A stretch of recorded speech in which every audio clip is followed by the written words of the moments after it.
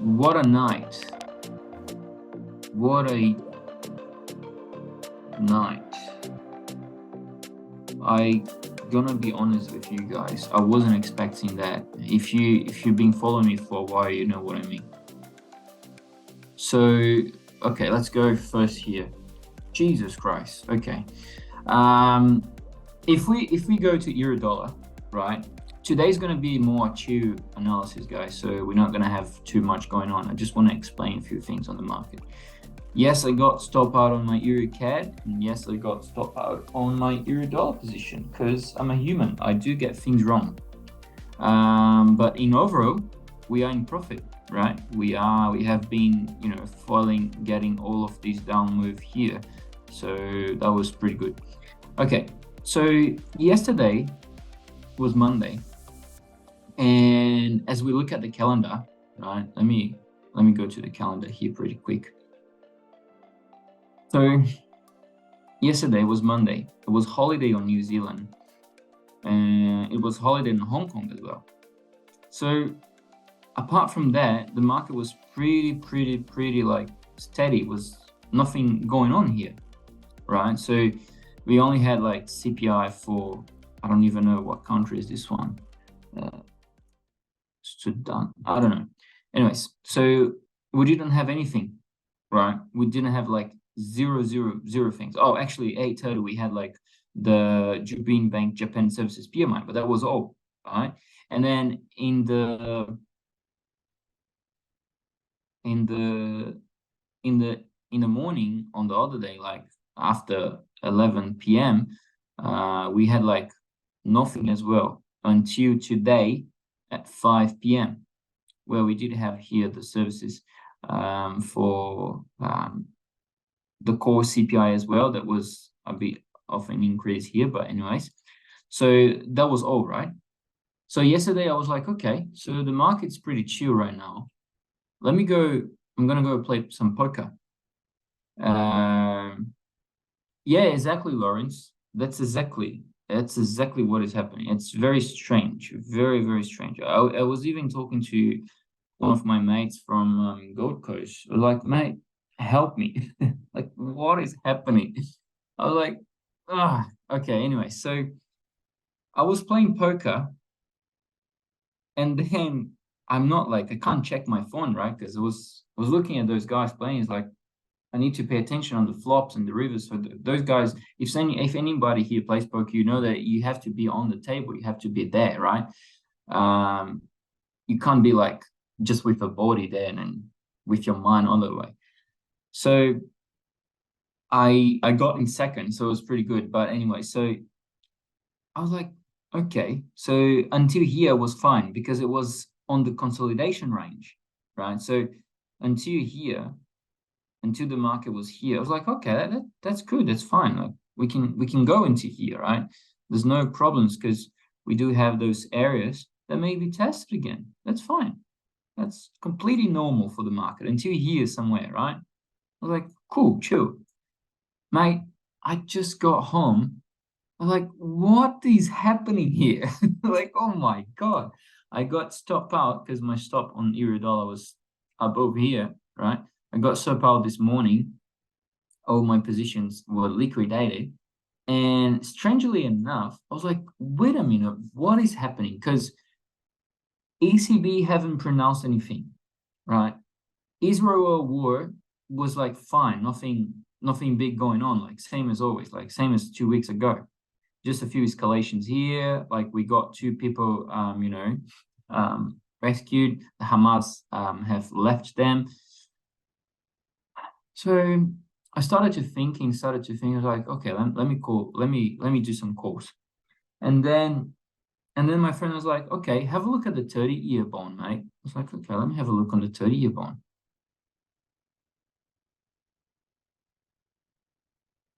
So not this one.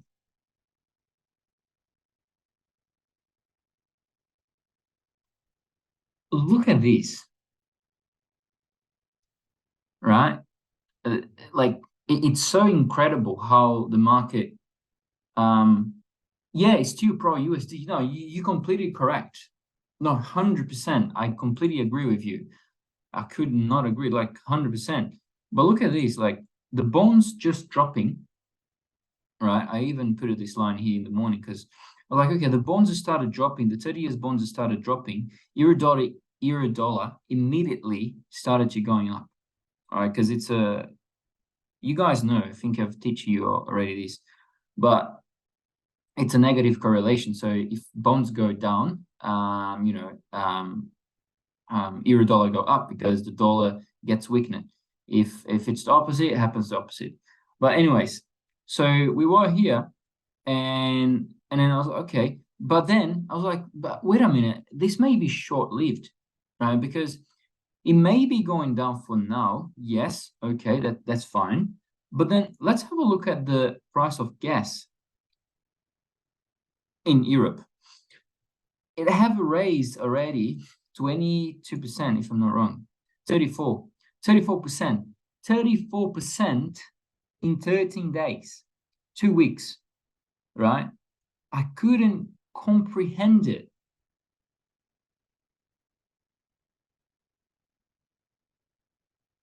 Right? I was like, ah, okay. Anyways. And then I dropped down to gold. Like gold going up as well. Nearly hit it 2000. Okay. Let's go silver. Still going up. Oil. Maybe, but it's still fine, right? So, and then I went to US dollar index. It's like, huh, okay, definitely it's going up. It's going down, right? So the 10-year going down quite a bit. 2-year going down heavily as well, right? If we go like for the 1 hour chart, we can see. So I've came up with my own explanation for this whole move that we weren't predicting, right? Everything was going smooth. Everything was doing the exactly thing as we thought it would be doing, right? Well, so we did have euro dollar going down, nearly to the 104. I've mentioned already multiple times. It came to 104.5.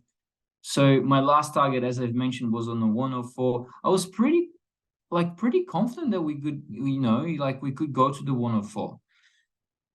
Anyways, so in my view, my honest view, we still pro US dollar, right?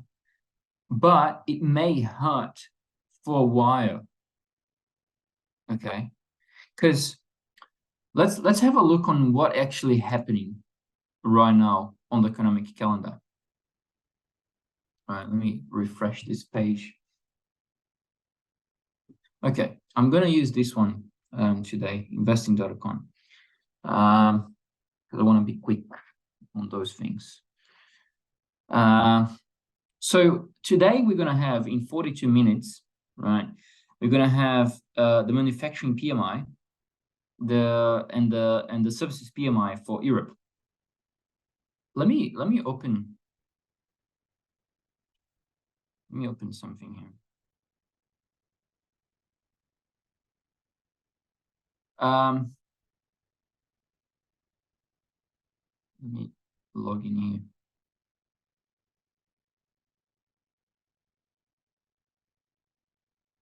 I will be sharing data from PMT as well, guys. So on the Telegram chat, it's going to be pretty cool. I guarantee for you all. So, anyways, so okay. So on economic calendar, so we're going to have the Eurozone manufacturing PMIs and services PMI.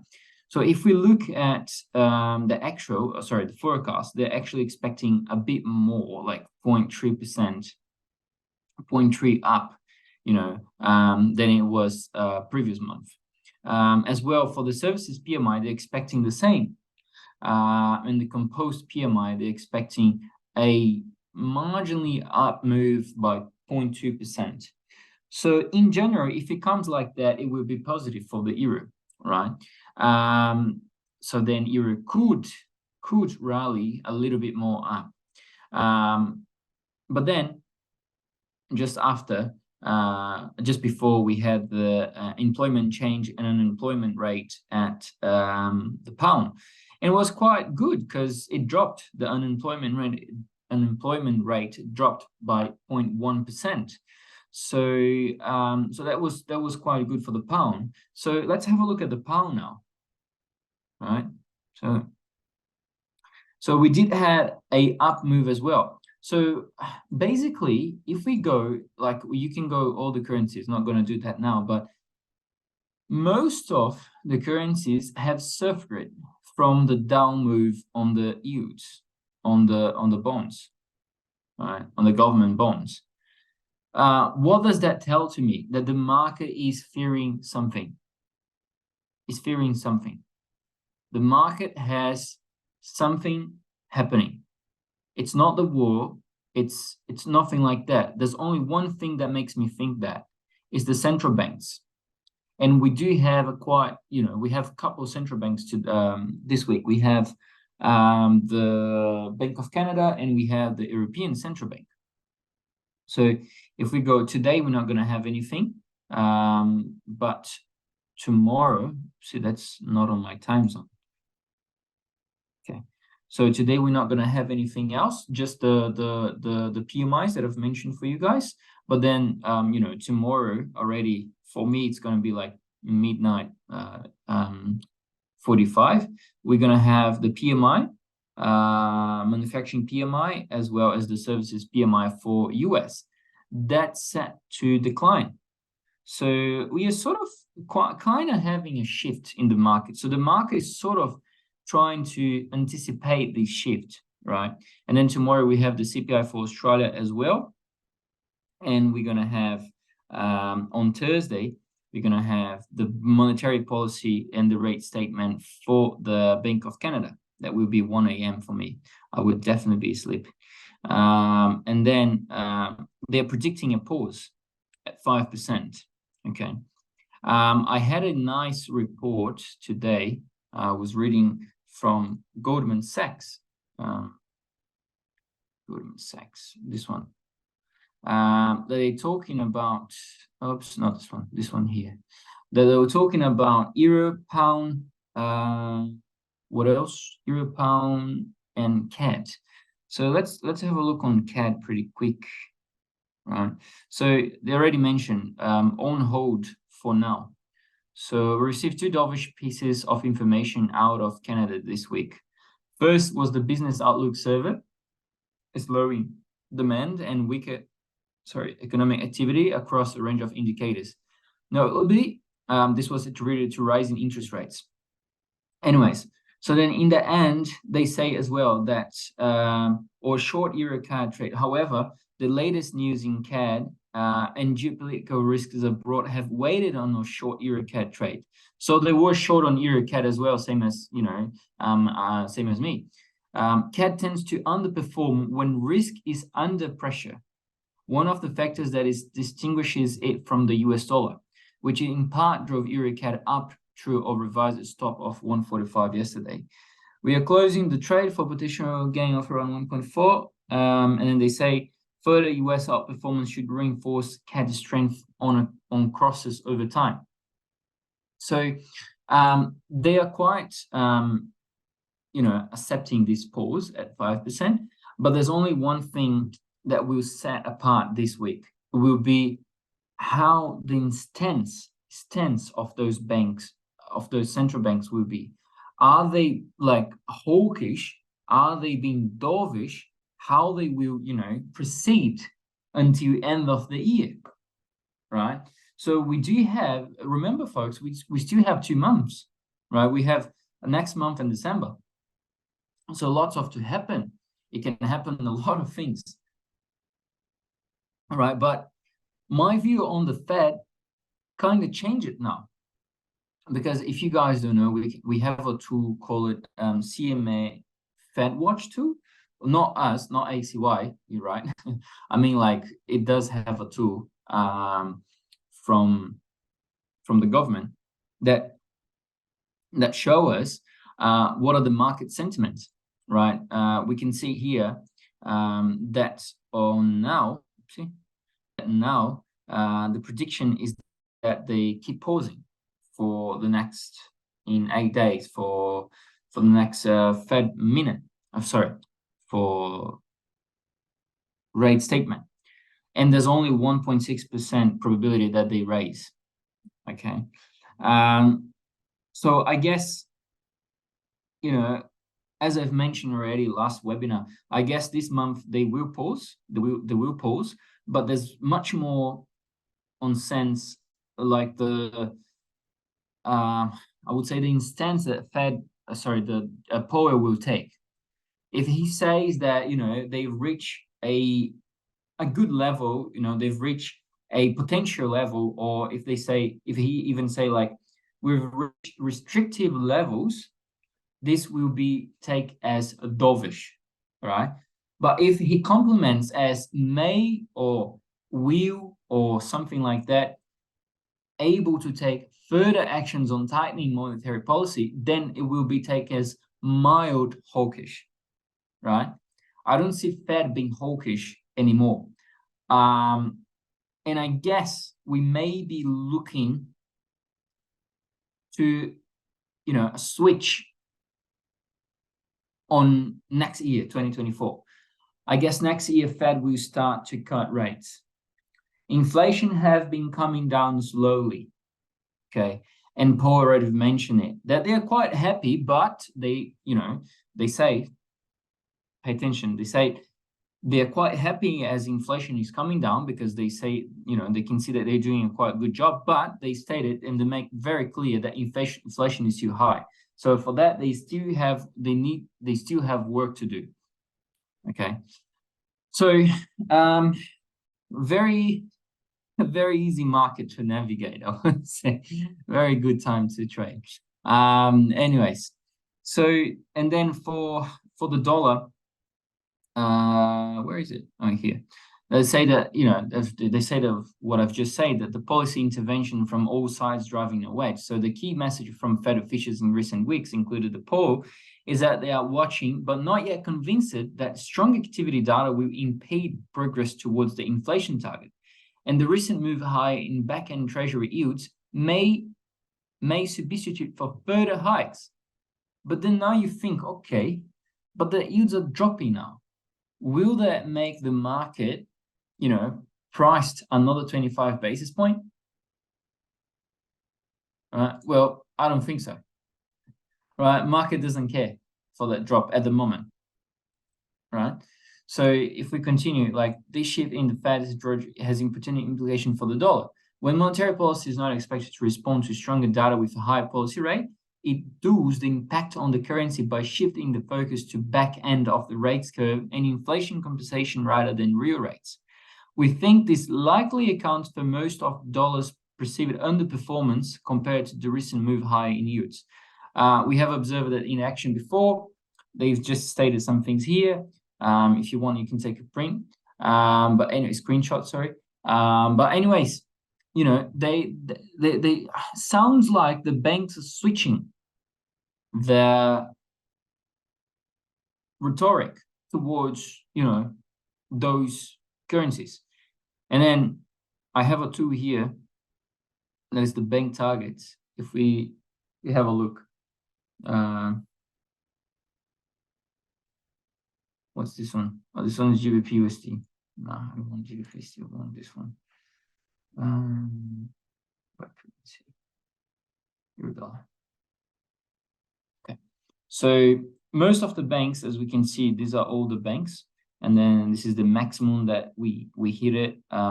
This is the minimum, this is the average towards all of the banks.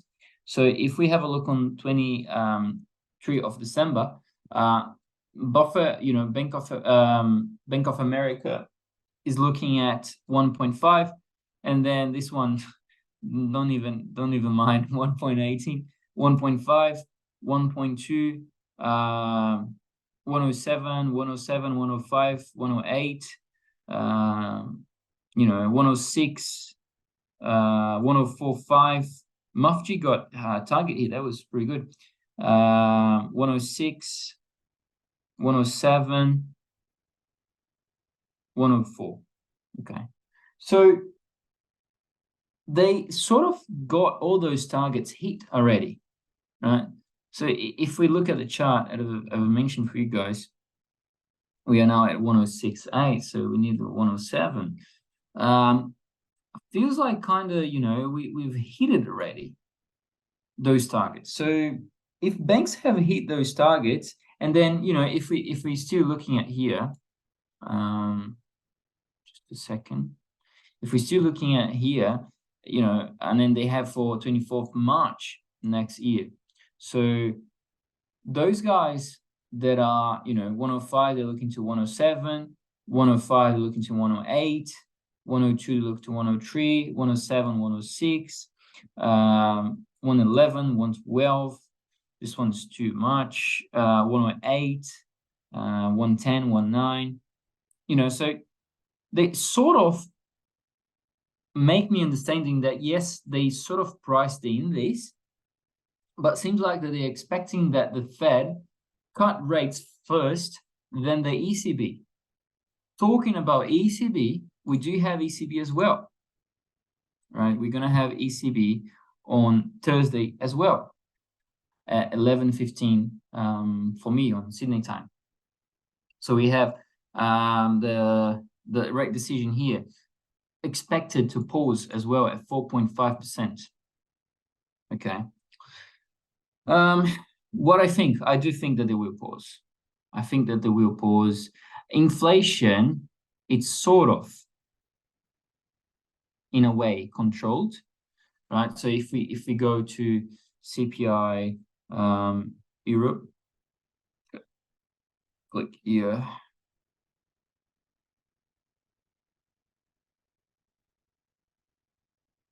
That's not the one I want.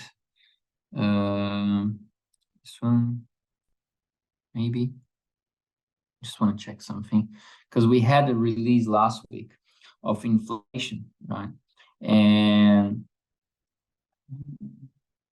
not gonna be able to find it now. But anyways, you guys just believe on me. We sort of have a controlled inflation with 4 point something percent. Okay, there he comes. There he comes. Oh gosh.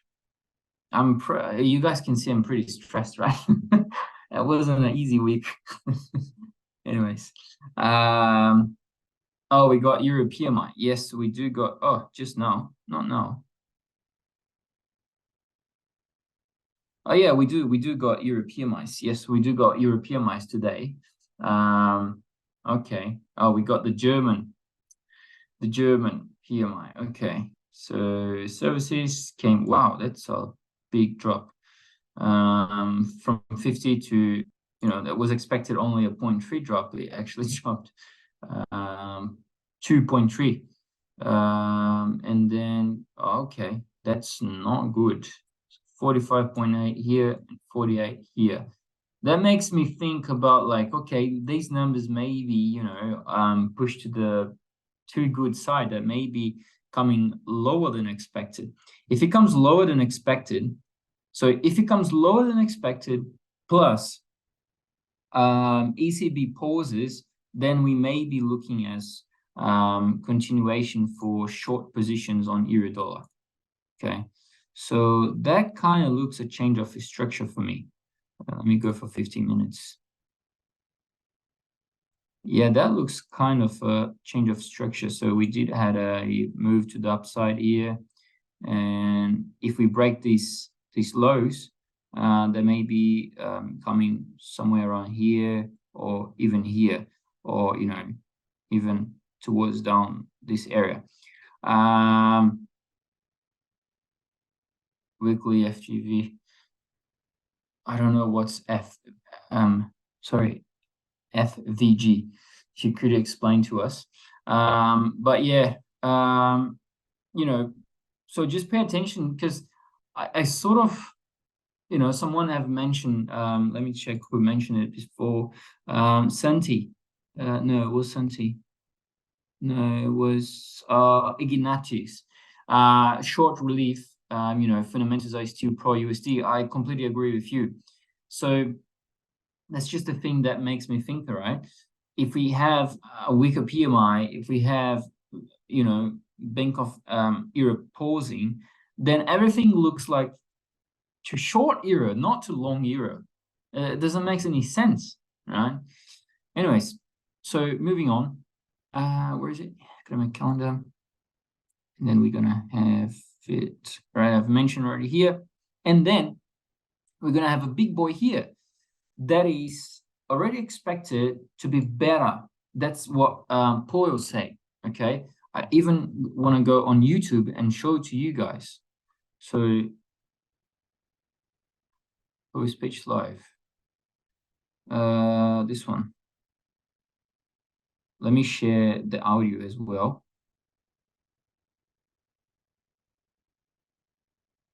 Okay, so that was last Friday when Paul went to the New York, what's the name? New York Committee, something like that. New York Economic Committee. So let me just check. And we'll start off where I was. Somewhere around here. True of the wage premium earned by those who change jobs. Surveys of workers and employers show a return to pre-pandemic levels of tightness, and indicators of wage growth show a gradual decline toward levels that would be consistent with 2% inflation over time. To date, declining inflation has not come at the cost of meaningfully higher unemployment, a highly welcome development, but also historically very strong for the third quarter before cooling off. Forecasters generally expect GDP to come. Okay, so that's exactly the point I want, right? So we're gonna have a GDP on what's that? Friday? No, Thursday. Yeah, we're gonna have Thursday, a GDP 11.30, right? Last quarter was 2.1%. Okay, so now they're expecting a jump from basically 2.2%. So then it goes for 4.2%. But listen what Paul will say. Forecasters generally expect GDP to come in very strong for the third quarter before cooling off in the fourth quarter and next year. That's it. All right, you're going to do it again. Come in very strong for the third quarter before cooling off in the fourth quarter and next year.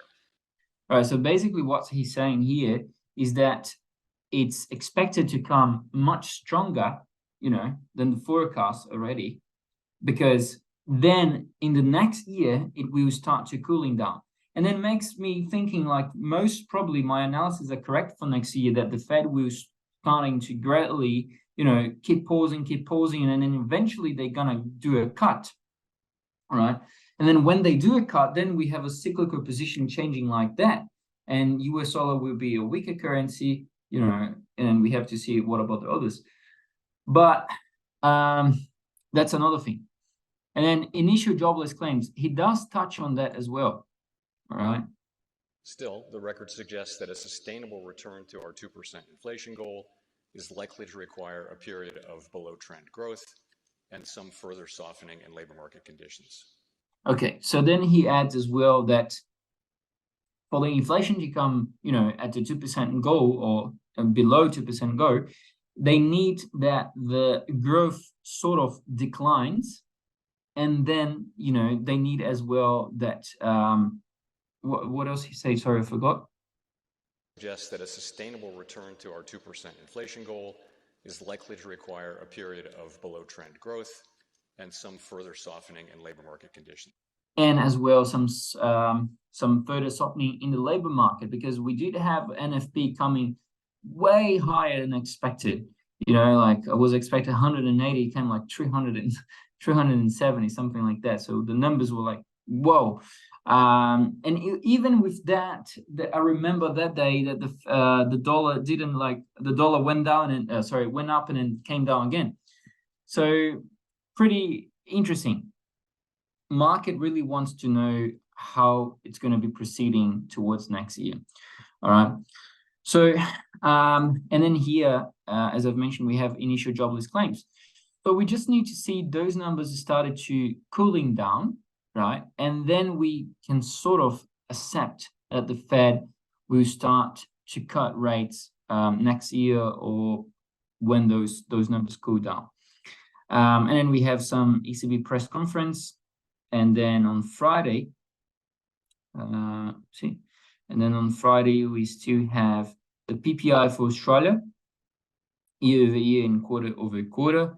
And we have the PC, the core PC price index year over year and month over month. And that would be it, right? So like the ones most important for the week, I would say that will be on Thursday. So ECB, Bank of Canada as well, and the US, the initial jobless claims and the GDP, apart from today that we're going to have in how many? In 20 minutes, we're going to have the PMIs for Europe. Okay, so that's basically what we're going to have to pay attention to see how we're going to go with that. I want to show you something interesting as well. I want to show you the COT, the bank, the leverage funds and hedge funds and everything positions. So, okay. So from last week to this week, we basically had a softening on short positions on the Australian dollar, but it's still net short. Okay, so negative here means short. So negative short, negative 7.7% net percentage. So it's still pretty short. On the CAD, we didn't have much change, you know, from last week to this week. We just had a 1.2% decline on short positions, but it's still heavily short. Okay. On JPY, it just, yeah, 0.6, still negative short. On New Zealand dollar, we did a massive, not massive, but we did have a 2% up move. So they are 10% positive. So that means that they are mostly long. Now, let's have a look on here. CHF 4. Okay, of course, you know, they are holding those long positions because of the war. So CHF has been pretty good as well on, you know, safe haven. Euro, that was interesting because they had a switch from negative to positive. Well, they had a switch here to here. Sorry. And then they had a switch here to this week, or last week to this week. 0.6. This is not, you know, wow, too crazy. I don't think they want to express those views too heavily on long euro at the moment. So they're just like, okay, maybe we do buy something here, or, you know, leave it there. The pound, it's pretty interesting because pound have been like huge long position since wages ago, but has been only declining, right?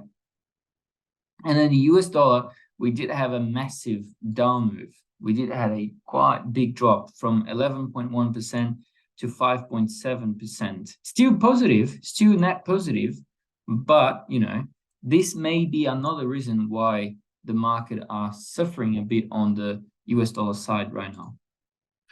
Institutional reports, which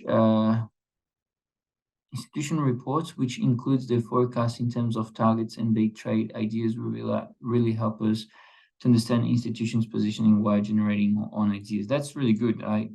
Yeah, definitely. I actually want to show you guys something. MUFG just had a short position. It was here. Don't know. Let me check.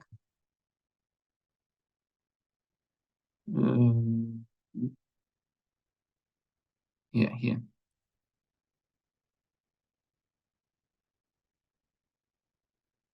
Sorry, guys, a bit different today. As I've, you know, as I mentioned for you guys, I want to show you what's basically happening. So they have a new trade idea, short GBP CAD. They open at 1.663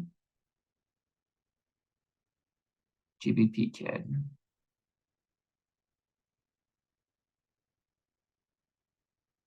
Go 1 hour. Okay. So they had a short position, but they opened this short position. Not quite good. they open it here. The stop loss is at 68.80. 68.80. And the target is at 62.50. I may be looking to trade this, but let's see. Okay, so that's MUFG position at GBP CAD. So if you guys want to print it, if you guys want to screenshot it, feel free. Okay, so basically, I've read it already. I've wrote it this morning. They're basically looking for a stronger CAD, relying on the oil prices. Okay, but as I've mentioned, oh, there we go. As I've mentioned for you guys, it doesn't seem like CAD wants to kick it off on the oil prices, but let's see how they go. Anyways, so that's pretty much all I have to talk today. We kind of finished it in 50 minutes, so that was kind of quick. So let's see how it goes here. Did it break it down? Yeah, it did. It was a very big move as well. If market, give us a chance to, probably going to short it. This just goes to show that institutions also have losing trades in the books. Of course they do, man. Mate, wow, you're gonna be able to see those positions, and like they do lose, like completely. GU looks better. Oh, true, that looks sweet. True. That's good. Oh yeah, let me show you something. You touch base on GU. Let me show you something. Because Goldman Sachs, they haven't expressed an idea, right? Listen to that. They haven't expressed any ideas, but they did express an idea on GBPUSD. That was the only idea they expressed. And they expressed a short idea until 1.18. So that was pretty good. Sometimes I see the institution's positions and I think they lose more than they win. Please resend Telegram link. Yeah, I will resend it. Okay, where is GBP? Where's GBP? Okay, here. They are bearish necessities. Okay, and they say, therefore, we expect GBPUSD to continue to grind lower towards our 3-month forecast to 118. Right? 118 on GBP. Okay, so well, I'm probably gonna enter on a short position on this GBPUSD. I'm just see on the 4-hour. Yeah, that looks good.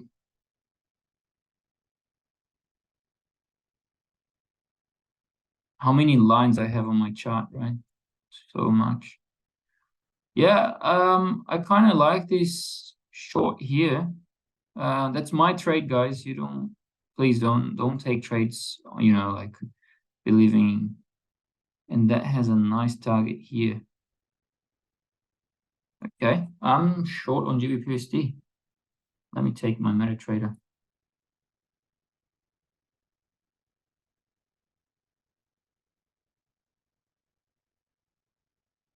Just a second, it's loading.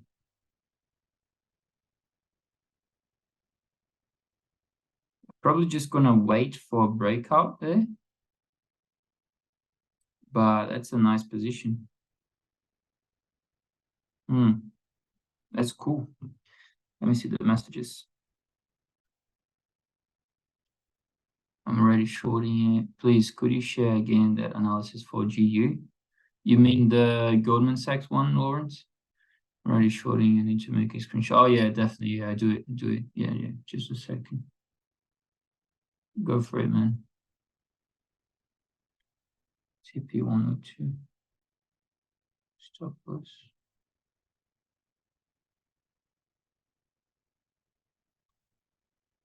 Done.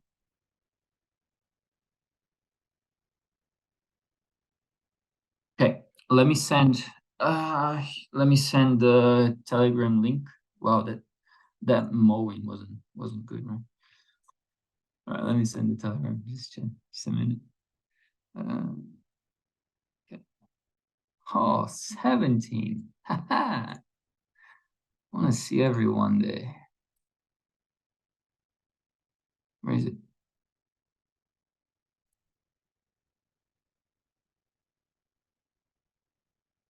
Oh, you long on euro pound? That's a good take, man. I think City is long on euro pound. All right, guys, that's the Telegram link.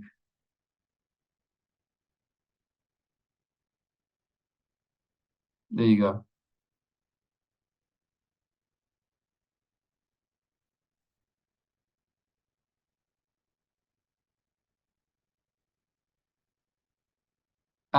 I will do a few how can I call it, a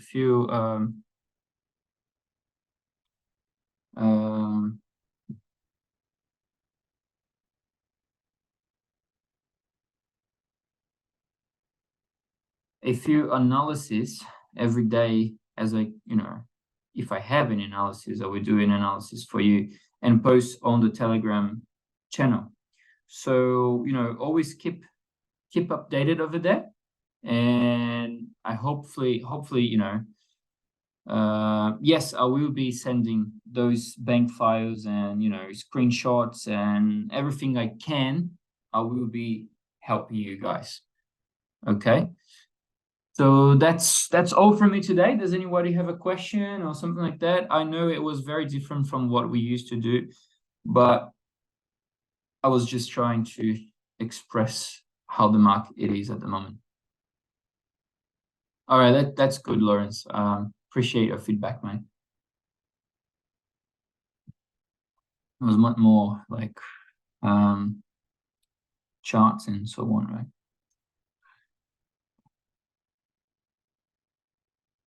All right. So if nobody have a question, the link is on the chat. I'm gonna send it again just in case.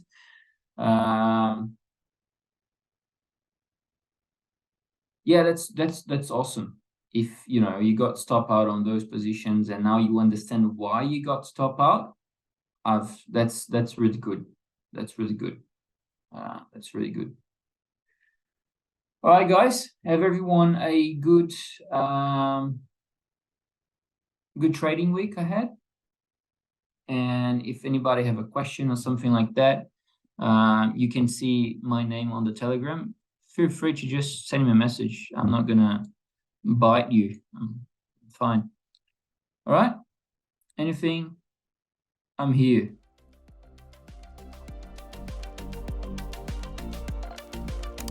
All right, boys. See you. Talk later.